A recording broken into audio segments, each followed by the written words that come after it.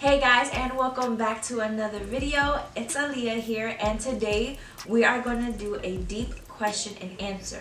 Now, before you get started, make sure you like, comment, and subscribe, and let's get right to it. Alright, so I was super nervous of what you guys were gonna ask me, but I'm like an open book. Like, I don't mind talking about certain things and answering certain questions. Let's get started. Let me get my drink. What are you afraid of?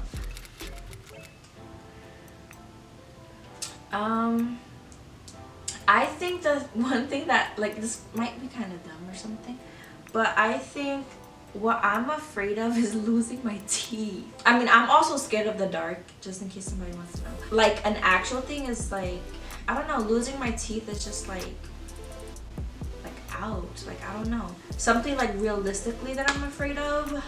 I mean, losing a loved one. I mean, I feel like it's everybody's fear.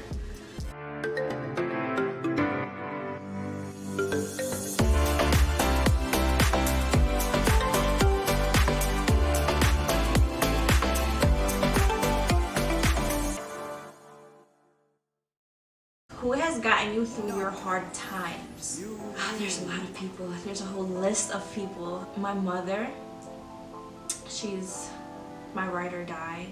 She's always there for me. My family in general, but specifically my mother. The next one would be my friend Michelle. She honestly helped me through such a difficult time in my life, and like, if it wasn't for her, I don't know where I'd be. Like, this girl, like, I can't even explain how grateful I am to have her as a friend and to have her by my side through that situation. Next one would be Gio. Before we're like lovers and stuff, we're always best friends.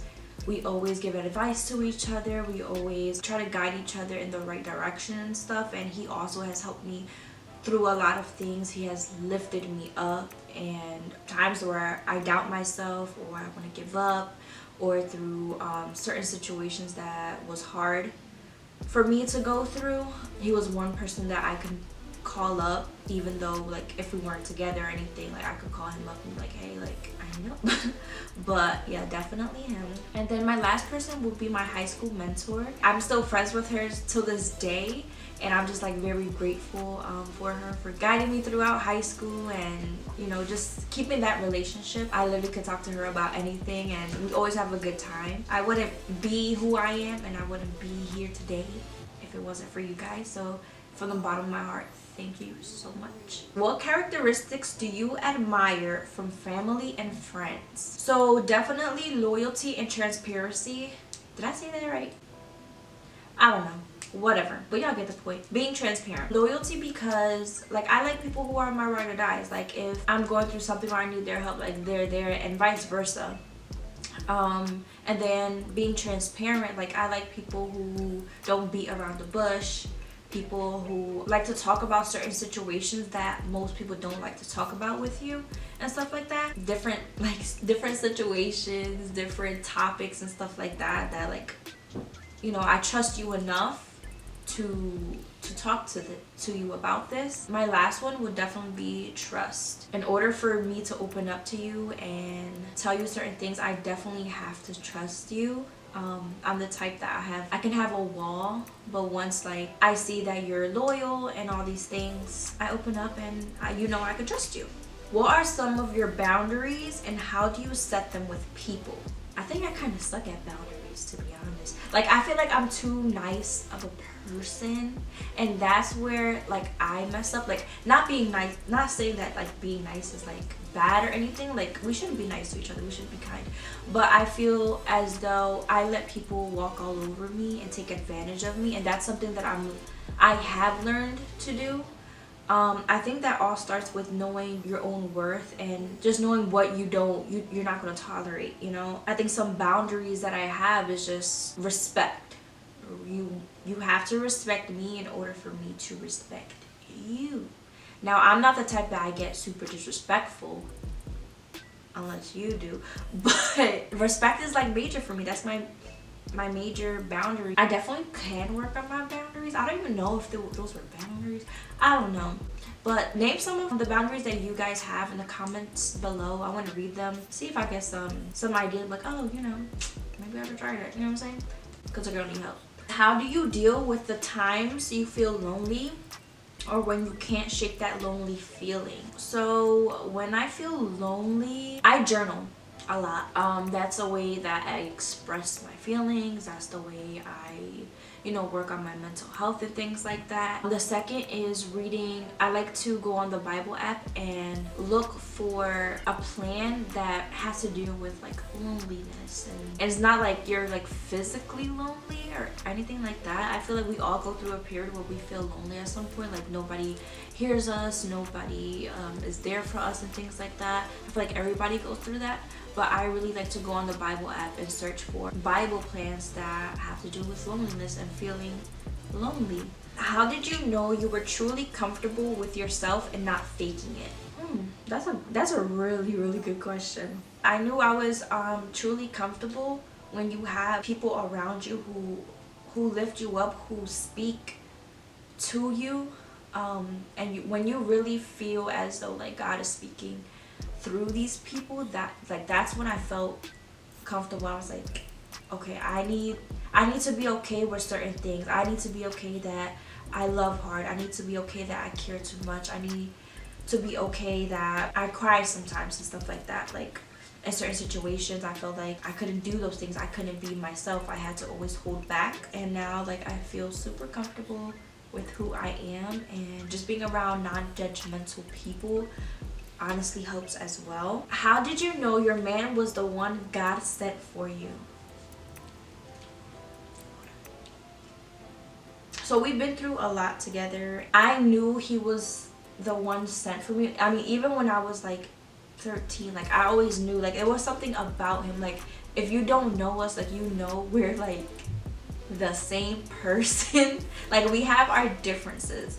We do, every couple does, but like I said before we're lovers, we're best friends, we're understanding of each other in certain situations, and we literally can talk about anything. And I knew he was the one that God sent for me because just in this certain situation. And I've always thought this, I don't know if like I've told him before, I probably did, I don't know, but like his love for me portrays somewhat like a little bit of how God loves me. Like I see God in him, and the way like Gio loves me in certain situations, the patience he has with me, just a whole bunch of areas and aspects of that I just knew. And you know, there was times where he didn't have to be there for me at all, especially after a lot of things that I have done and said and things like that. Like he was still there. Like I literally called him, I'm like crying my eyes out and just going crazy, and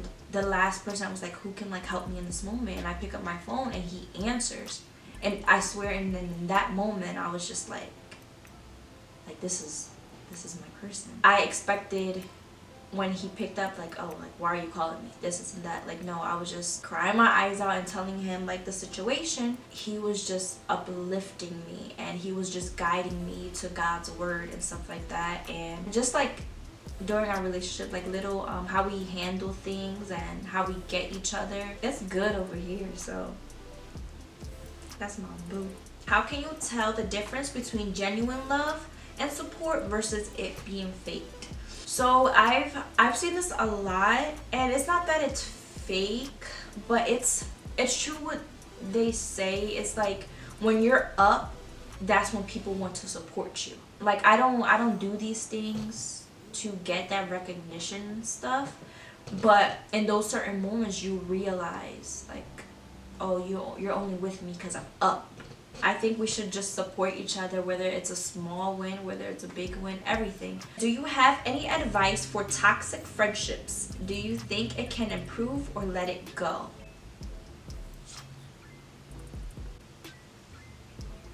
If it's toxic, let it go. Let it go, whether it's a friendship, relationship, family. If it's toxic, if it's not benefiting you and it's more draining you than fulfilling, bye. Because we don't want that in 2021.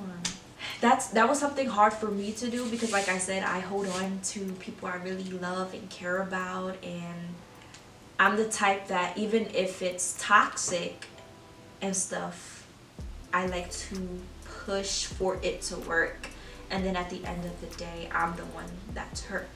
So if you know something is toxic, if you feel it, if you feel like it's a negative thing in your life, it's weighing you down, it's draining you, I think you should be true to yourself. Obviously pray for it, but be true to yourself. And if you feel like you need to let it go, then let it go. Deuce deuce. What were your insecurities when you were a kid? Do you still have them now? My insecurities when I was a kid were, I always felt fat. I don't know why, because when I look at pictures now, I'm like, I wish I was that size again. But you know, when you're in the moment, you're like, I'm so fat or whatever. Second was just feeling unworthy.